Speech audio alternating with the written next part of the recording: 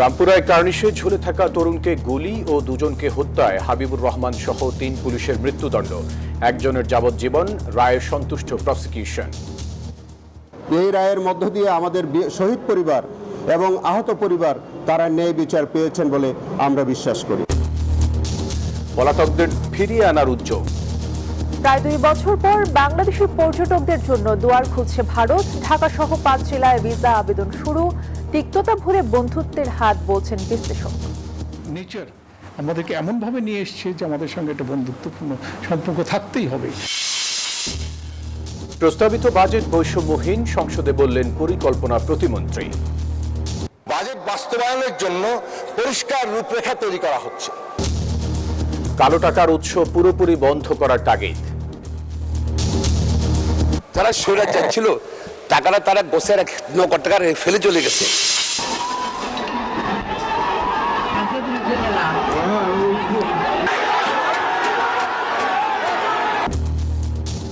Bus stand দখলকে কেন্দ্র করে রণক্ষেত্র ফরিদপুরের ভাঙা, আহত অর্ধ শতাধিক, আতঙ্কে স্থানীয়রা। মূলত এই পুকুরা বাস স্ট্যান্ড আধিপত্য বিস্তার নিয়ে পুলিশ প্রশাসন যথেষ্ট ভূমিকা নিয়েছেন। অতিরিক্ত পুলিশ মোতায়েন।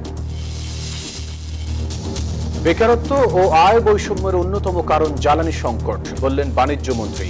গ্যাসের অপ্রতুলতা দূর করতে কাজ করছে সরকার। গ্যাসের অপ্রতুলতা, যারা আগেই গ্যাস কানেকশন পেয়েছিলেন তারাই তাদের শিল্প কলকারখানা বড় করেছিলেন। স্বাগত নিউজ 24 সংবাদে। পুরো সংবাদে আপনাদের সাথে আছি আমরা দুজন, আমি তাসনিম অর্থী এবং আমি ফয়সাল মাহমুদ। দর্শক দেখছিলেন বিআরবি কেবলস সংবাদ শিরোনামগুলি। কার্নিশে ঝুলে থাকা এক তরুণের বাঁচার শেষ চেষ্টাটুকুও থামিয়ে দিতে চেয়েছিল পুলিশের গুলি। সেই ঘটনার পাশাপাশি রাজধানীর রামপুরায় আরও 2 জনকে হত্যা মামলার রায় এলো।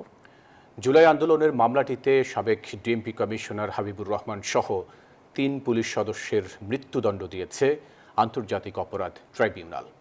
বাকি 2 আসামির একজনকে যাবজ্জীবন, আরেকজনকে দেয়া হয়েছে 20 বছরের কারাদণ্ড। জুলাই অভ্যুত্থানের সেই উত্তাল দিন 2024 সালের 19 জুলাই রাজধানীর রামপুরায় চারদিকে গুলি, ধোঁয়া আর আতঙ্ক। এর মধ্যেই জীবন বাঁচাতে একটি ভবনের কার্নিশে ঝুলেছিলেন এক তরুণ। নিচে নামার উপায় নেই। ঠিক সেই মুহূর্তেই তাকে লক্ষ্য করে 6 রাউন্ড গুলি করে পুলিশ। গুরুতর আহত হলেও প্রাণে বাঁচেন তিনি। তবে সেই দিনই জীবন প্রদীপ নিভে যায় আরও 2 জনের। রামপুরার সেই বিভীষিকা ছড়িয়ে পড়ে দেশ জুড়ে। ভিডিও আর প্রত্যক্ষদর্শীদের বর্ণনায় উঠে আসে সেদিনের ভয়াবহতার চিত্র। ঘটনার তদন্ত শেষে মানবতা বিরোধী অপরাধের অভিযোগে শুরু হয় বিচার। মামলায় আসামি করা হয় ডিএমপির সাবেক কমিশনার হাবিবুর রহমান সহ পুলিশের 5 সদস্যকে। সাক্ষ্য, ভিডিও ফুটেজ, আলামত ও দীর্ঘ শুনানি শেষে আন্তর্জাতিক অপরাধ ট্রাইব্যুনালের রায় এলো। এজলাসে উপস্থিত ছিলেন গ্রেপ্তার আসামি সাবেক এএসআই চঞ্চল চন্দ্র সরকার। রায়ে হাবিবুর রহমান, তৎকালীন খিলগাঁও জোনের অতিরিক্ত উপকমিশনার রাশেদুল ইসলাম, রামপুরা থানার ওসি মশিউর রহমানকে মৃত্যুদণ্ড দিয়েছেন ট্রাইব্যুনাল। আর এসআই তরিকুল ইসলাম ভুইয়াকে যাবজ্জীবন এবং গ্রেপ্তার একমাত্র আসামি এএসআই চঞ্চল চন্দ্র সরকারকে 20 বছরের কারাদণ্ড দেওয়া হয়েছে। মাননীয় ট্রাইব্যুনাল 3 জন আসামিকে মৃত্যুদণ্ড, আসামি তরিকুল ইসলামকে যাবজ্জীবন, চঞ্চল চন্দ্র সরকারকে 20 বছরের কারাদণ্ডে দণ্ডিত করেছেন। এই রায়ের মধ্য দিয়ে আমাদের শহীদ পরিবার এবং আহত পরিবার তারা ন্যায় বিচার পেয়েছেন বলে আমরা বিশ্বাস করি। রাষ্ট্রপক্ষ বলছে, ভিডিও ফুটেজ, প্রত্যক্ষদর্শীদের সাক্ষ্য, ডিজিটাল আলামত এবং অন্যান্য প্রমাণে আসামিদের বিরুদ্ধে অভিযোগ সন্দেহাতীতভাবে প্রমাণিত হয়েছে। পলাতক আসামিদের ফিরিয়ে আনতে উদ্যোগের কথাও জানান চিফ প্রসিকিউটর। আমরা ইন্টারপোলের সাহায্য নিচ্ছি এবং অন্যান্য যে প্রক্রিয়া আমাদের আইনের 20-3 ধারায় যে প্রক্রিয়া আমাদেরকে গ্রহণ করার সুযোগ আছে, আমরা সেই প্রক্রিয়া গ্রহণ করেছি। রায়ের বিরুদ্ধে আপিলের সিদ্ধান্ত জানান আসামি পক্ষের আইনজীবীরা। আমরা এই রায়ের বিরুদ্ধে অনারেবল সুপ্রিম কোর্ট অ্যাপিলেট ডিভিশনে যাব। মামলাটিতে প্রসিকিউশনের হয়ে সাক্ষ্য দেন 14 জন আর আসামি পক্ষে সাক্ষ্য দেন 1 জন। প্রথম দফায় রায়ের দিন ঠিক হলেও শেষ মুহূর্তে নতুন ডিজিটাল আলামত সামনে আসায় তা স্থগিত হয়। অবশেষে ঘোষণা হলো আলোচিত মামলাটির রায়।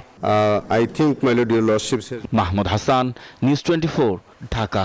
প্রায় 2 বছর পর বাংলাদেশি পর্যটকদের জন্য ভিসা উন্মুক্ত করল ভারত। রবিবার ঢাকা সহ 5 জেলায় শুরু হয়েছে ভিসা আবেদন। 5 আগস্ট পরবর্তী বাংলাদেশ ভারত সম্পর্কে যে বৈরী ভাব, এর মাধ্যমে তা দূর করার নতুন বার্তা দিল দেশটি। আর এমন অভিমত জানিয়ে বিশ্লেষকরা বলছেন, তিক্ততা ভুলে বন্ধুত্বের হাত বাড়িয়ে দুই দেশের স্থিতিশীল সম্পর্কে নিজেদের আগ্রহের কথা জানালো ভারত। 24-এর পট পরিবর্তনের পর নিরাপত্তার কারণ দেখিয়ে বাংলাদেশি পর্যটকদের জন্য ভ্রমণ ভিসা বন্ধ করে দিয়েছিল ভারত। কেবল সীমিত আকারে মেডিকেল ভিসা ইস্যু করত দেশটি। তবে ঢাকায় নিযুক্ত ভারতের নতুন হাই কমিশনারের দায়িত্ব নেয়ার পর সেই সিদ্ধান্ত বদলের ঘোষণা আসে। For tourist visa, which can be submitted from Sunday the 28th of June 2026. Bangladeshi পর্যটকেরা আসবেন শুনে কলকাতার নিউ মার্কেট, বড়বাজার কিংবা মার্কুইজ স্ট্রিট এলাকায় দেখা যায় উৎসবের আমেজ। ঘনিষ্ঠ বন্ধু যেরকম আগে ছিল, আমরাও চাই, এখনো চাই যে আমরা ঘনিষ্ঠ বন্ধু থাকি। সম্মান পেতেন যেরকম পেতেন সেরকম আমরা চাইছি, এবারও আসলে সেম সম্মান সেম জিনিস আপনারা এখানে পাবেন। কলকাতার বাজারগুলো অনেকাংশেই নির্ভর করে বাংলাদেশি ক্রেতাদের উপর। ব্যবসায়ীরা মনে করছেন নতুন ক্রেতারা এলে আগের মতোই জমে উঠবে তাদের ব্যবসা। বাংলাদেশি आने से ज्यादा हम लोग का धंधा व्यवसाय बहुत अच्छा चलता है। বাংলাদেশি যখন থেকে ভিসাটা বন্ধ করেছিল, আমাদের উপরে অনেক বিপদ পড়েছিল। একদম 1 টাকার ব্যবসা হয়নি, তারও ব্যবসা হয়নি। পর্যটক ভিসা উন্মুক্ত করায় ঢাকা ছাড়াও রাজশাহী, চট্টগ্রাম, যশোর এবং খুলনায় ভারতীয় ভিসা আবেদন কেন্দ্রগুলোতে আবেদন করতে দেখা গেছে বাংলাদেশি পর্যটকদের। সাবেক এই কূটনীতিক মনে করেন প্রতিবেশী দেশটির সঙ্গে পিপল টু পিপল সম্পর্ক জোরদারের আরও সুযোগ রয়েছে।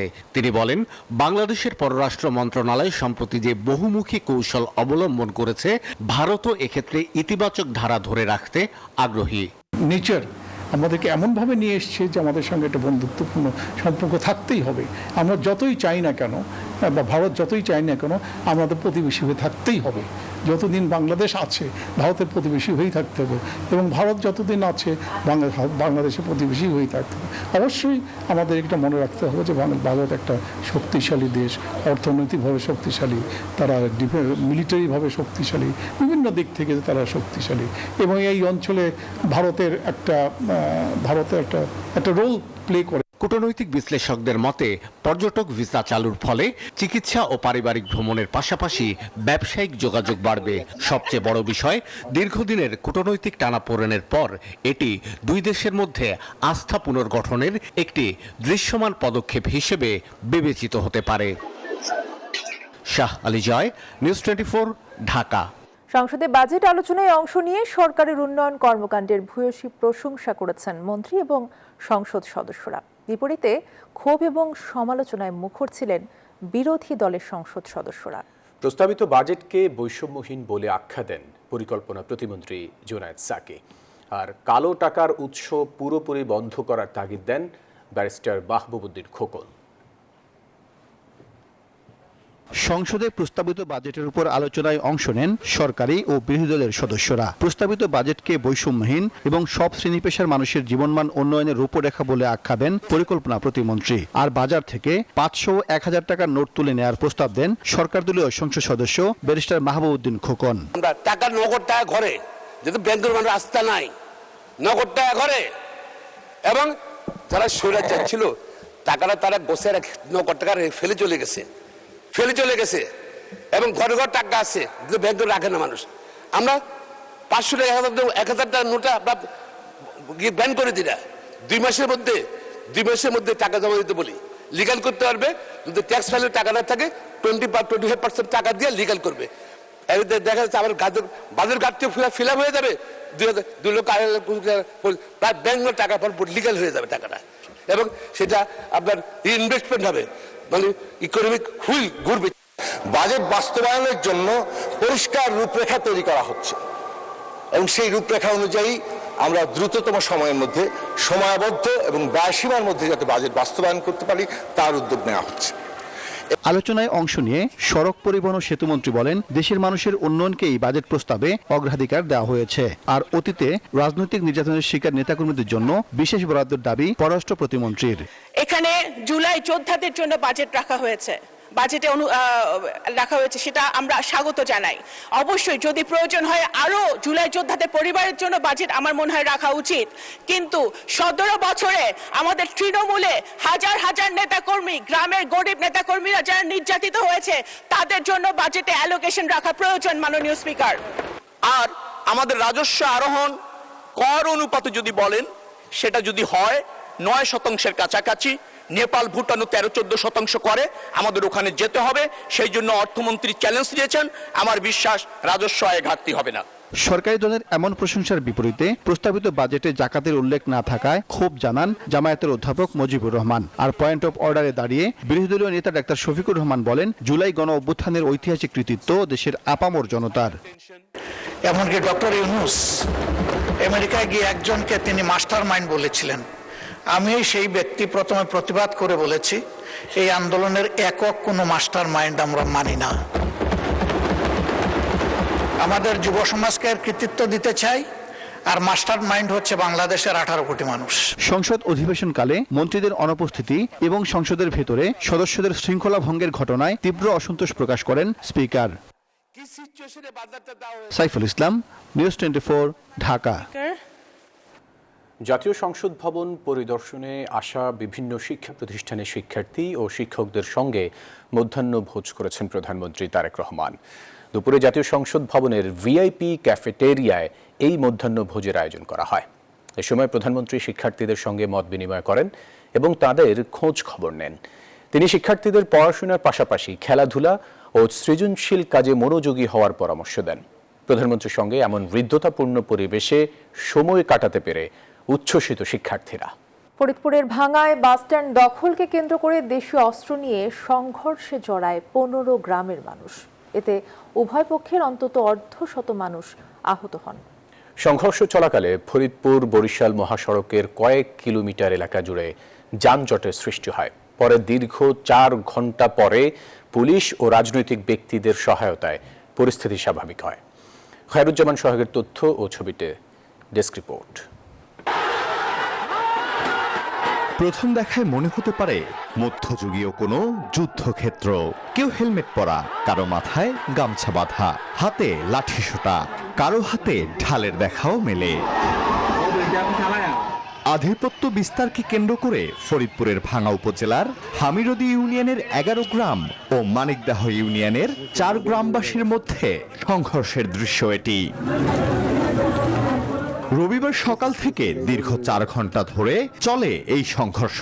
পুলিশ ও স্থানীয়রা জানায়, পুকুরিয়া বাস স্ট্যান্ড দখলকে কেন্দ্র করে মানিকদাহ ইউনিয়নের সুলতান মাতুব্বর ও হামিরদি ইউনিয়নের শিরুমোল্লার সমর্থকদের মধ্যে এই সংঘর্ষ শুরু হয়। পরে একে একে দুটি ইউনিয়নের 15 গ্রামের মানুষ সংঘর্ষে জড়িয়ে পড়ে।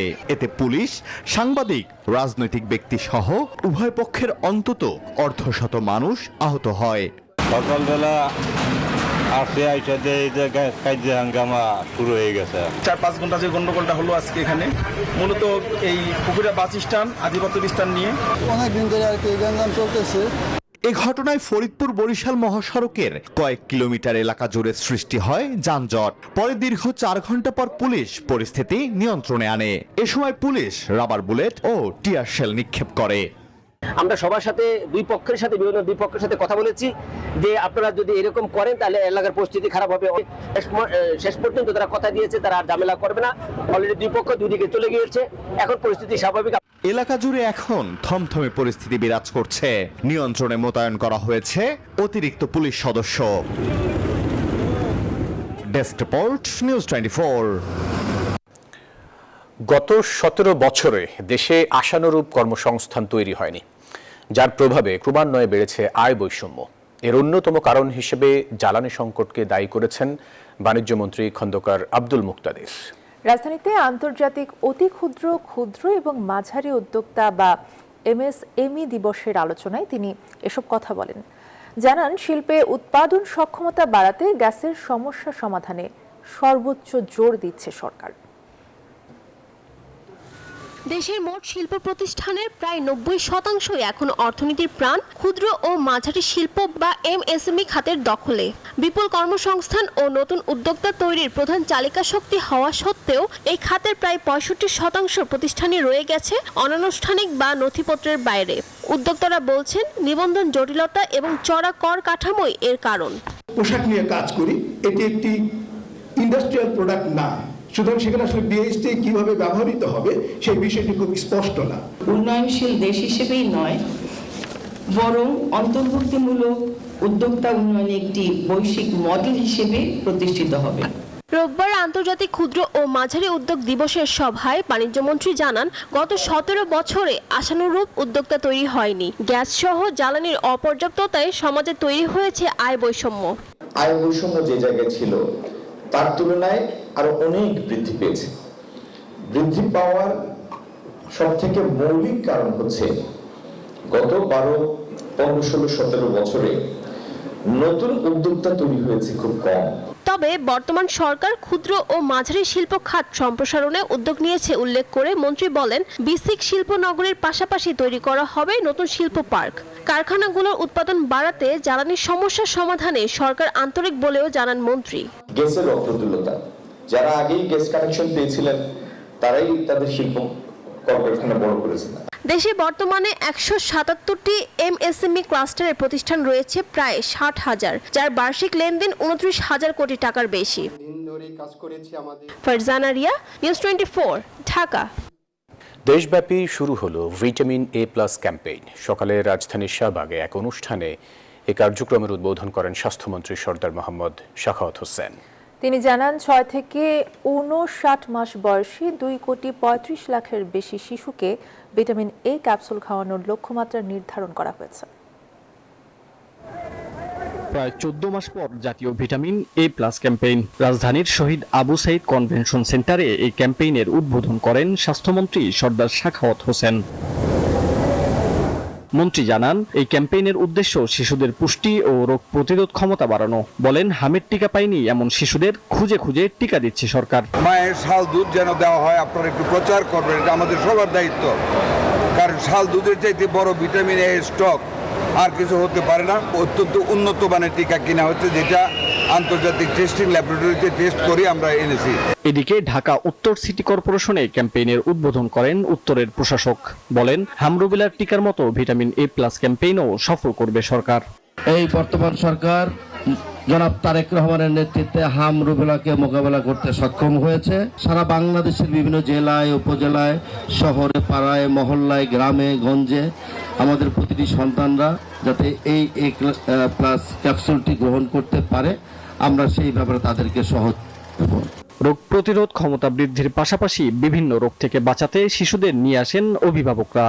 দীর্ঘদিন পর কিন্তু আমরা ভিটামিন A ক্যাপসুলটা পাইছি, গত 1 বছর যাবত পাইনি, যার কারণে আমরা হামের প্রাদুর্ভাবে পড়েছি। মসজিদের মাইকে বইলা দিছে যে আজকে টিকা দেওয়া বাচ্চাদের ভিটামিন A ক্যাপসুল খাওয়ানো হবে। বাসা বাসা যাইতো বলতো, আবার মাইকেও এলস করে দেওয়া হয়েছে, তখন আমরা জেনে টিকা দিয়েছি। ফ্রি ক্যাপসুল দিলে বাচ্চারা সুস্থ থাকলে আমরা ভালো থাকবো। শিশুদের স্বাস্থ্য সুরক্ষায় এমন কার্যক্রম অব্যাহত রাখবে সরকার, এমন প্রত্যাশা তাদের। মাহমুদুল হাসান ইমন, নিউজ 24, ঢাকা। তুরাগ নদীতে 7 লাশের বিষয়টি গুজব বলে জানিয়েছে পুলিশ। পুলিশের কর্মকর্তারা জানান, কার্যক্রম নিষিদ্ধ আওয়ামী লীগের মিছিল করার কারণে নদীতে লাশ ভাসিয়ে দেওয়ার কোনো ঘটনা ঘটেনি। পুলিশের দাবি, মূলত নৌকা ভ্রমণে গিয়ে 2 জনের মৃত্যু হয়েছে। ওই 2 পরিবার থানায় অপমৃত্যু মামলা করেছে।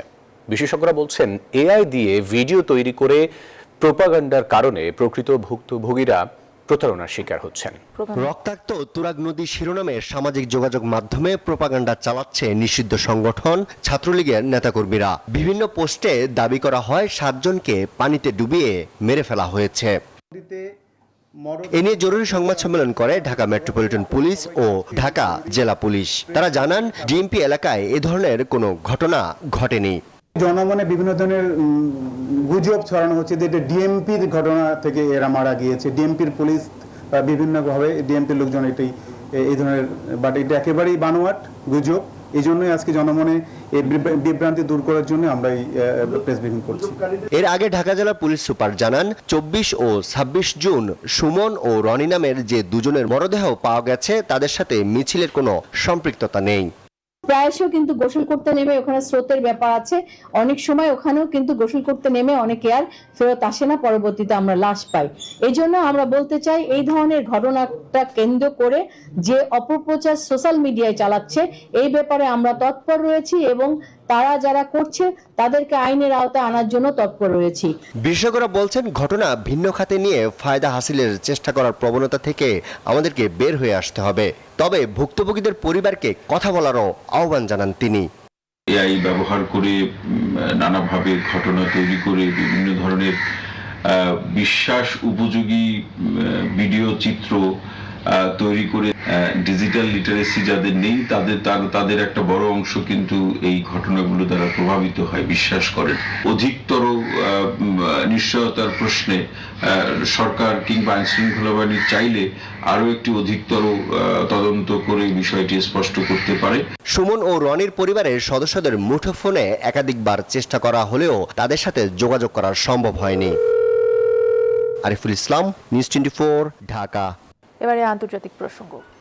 ভেনেজুয়েলা জুড়ে এখন শুধু ধ্বংসস্তূপ, কান্না আর অপেক্ষার গল্প। দেশটিতে জোড়া ভূমিকম্পে প্রাণহানির সংখ্যা 1430 জনে গড়িয়েছে। নিখোঁজদের খোঁজে জোরদার হচ্ছে উদ্ধার অভিযান, বাড়ছে বাস্তুচ্যুত মানুষের সংখ্যাও। আন্তর্জাতিক সহায়তার ঘোষণা দিয়েছে বিভিন্ন দেশ। মৃত্যুর মিছিলের মাঝেও মিলেছে জীবনের স্পন্দন। ধসে পড়া ভবনের কংক্রিটের স্তূপ ভেদ করে এবার এক শিশু ও তার মাকে জীবিত উদ্ধার করেছে উদ্ধারকারী দল। চারদিকে স্বজন হারানোর আহাজারির মধ্যে এই উদ্ধার যেন শোকের সাগরে এক ফোঁটা স্বস্তি। এমন সৌভাগ্যের অপেক্ষায় এখনো হাজার হাজার পরিবার। সবচেয়ে ক্ষতিগ্রস্ত উপকূলীয় এলাকাগুলোতে দিনরাত চলছে জীবিতদের খোঁজ। সময়ের সঙ্গে পাল্লা দিয়ে ধ্বংসস্তূপ সরিয়ে চলছে উদ্ধার তৎপরতা। আন্তর্জাতিক সহায়তাও বাড়ছে দ্রুত। আমরা এখনো আশা হারাইনি। অনেক মানুষ ধ্বংসস্তূপের নিচে আটকে থাকতে পারে। উদ্ধার কাজ আরো বাড়ানোর দরকার। ভূমিকম্পের সময় আমি সিঁড়ি দিয়ে দৌড়ে নিচে নেমেছিলাম। পাশের বাড়িটা ধসে পড়ে। এরপর কয়েকদিন কনক্রিটের নিচেই চাপা ছিলাম। অন্যদিকে হাজারো বাস্তুচ্যুত শিশু ও পরিবার খোলা আকাশের নিচে রাত কাটাচ্ছে। তীব্র হচ্ছে খাবার, পানি ও আশ্রয় সংকট। দেশটির মানবিক বিপর্যয়ে শোকাহত পোপ লিও আন্তর্জাতিক সম্প্রদায়কে পাশে দাঁড়ানোর আহ্বান জানিয়েছেন। কারাকাসকে সহায়তার বার্তা দিয়েছেন বিশ্ব নেতারাও। আসমাতুলি, নিউজ 24। সৌদি আরবের পূর্বাঞ্চলে আরামকোর একটি তেলবাহী হেলিকপ্টার বিধ্বস্ত হয়ে অন্তত 14 জন নিহত হয়েছেন। রোববার সকালে দুর্ঘটনাটি ঘটে। সৌদি কর্তৃপক্ষ জানিয়েছে হেলিকপ্টারটিতে থাকা সকল আরোহী প্রাণ হারিয়েছেন। প্রাথমিকভাবে দুর্ঘটনার কারণ জানা যায়নি। এ ঘটনায় পূর্ণাঙ্গ তদন্ত শুরু করেছে সংশ্লিষ্ট কর্তৃপক্ষ। সৌদি আরামকো বিশ্বের বৃহত্তম তেল কোম্পানিগুলোর একটি। দর্শক, ছিল নিউজ 24 সংবাদে। সাথে থাকায় ধন্যবাদ সবাইকে।